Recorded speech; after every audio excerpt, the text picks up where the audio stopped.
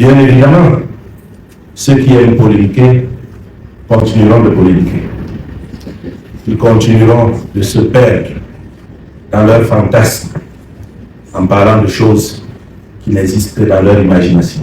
Yo, ici votre humble serviteur Mano Sabi. Je vous invite à regarder cette vidéo jusqu'à la fin. Mais avant tout, je vous souhaite d'abord les bienvenus sur ma page Facebook et ma chaîne YouTube. Et si vous n'êtes pas encore abonné sur ma page Facebook et ma chaîne YouTube, n'hésitez pas de vous abonner et surtout d'activer la cloche de notification pour ne pas rater mes prochaines vidéos. Enfin, Ferdinand Gongo fait une sortie où il parle des fonds de la construction du stade Olembe qui avait été détourné. Je vous laisse donc regarder la vidéo et on se retrouve à la fin pour un petit débriefing. Mesdames et messieurs, ainsi que vous le savez, les modifications récurrentes des cahiers de charges s'agissant de la CAN 2021 avaient conduit à mettre en suspens certains projets ou pans de projets qui n'étaient pas indispensables au déroulement de la compétition.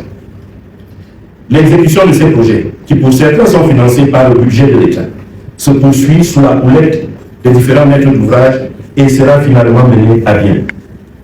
L'accord récemment intervenu entre la société Maguil et le ministère des Sports ouvre la voie à l'achèvement des composantes du complexe sportif d'Olembe, qui n'était pas indispensable au déroulement de la CAN. La vision du chef de l'État, s'agissant de ce complexe, prévoit la création d'un véritable village olympique qui permettra à notre pays d'abriter de prestigieuses compétitions. Il est également prévu de mettre en place à Olembe des espaces sportifs pour des disciplines autres que le football et de construire des infrastructures administratives telles que les sièges des différentes fédérations sportives, comme cela est le cas dans d'autres pays. Bien évidemment, ceux qui aiment polémiquer continueront de polémiquer. Ils continueront de se perdre dans leurs fantasmes en parlant de choses qui n'existent que dans leur imagination.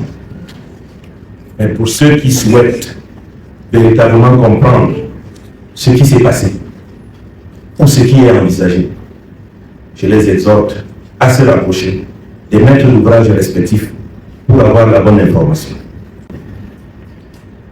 Quant à vous, mesdames et messieurs les récipiendaires, vous pouvez légitimement être fiers de ce que vous avez accompli. Famille, j'espère que vous avez aussi regardé cette vidéo comme moi. Mais pour moi, personnellement, cette sortie est zéro tout rond.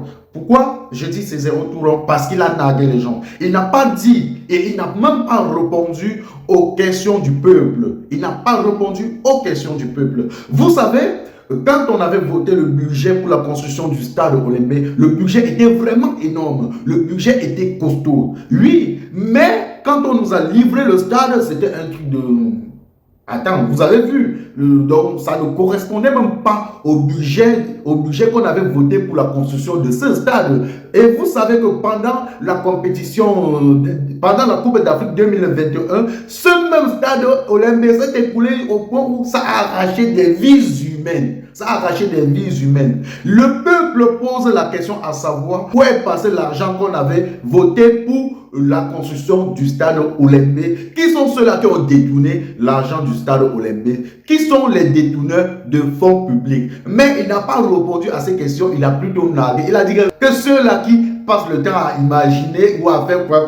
Il a plutôt nargué le peuple. Mais bon, vous savez, c'est notre continent. Hein, c'est notre continent. On est dans un continent qui est le Cameroun. Cameroun. Voilà. C'était votre humble serviteur Mano Sabi, l'enfant béni de Dieu. Connaissez, ça chauffe pas. Rendez-vous pour une nouvelle vidéo si prête à Dieu. On s'appelle.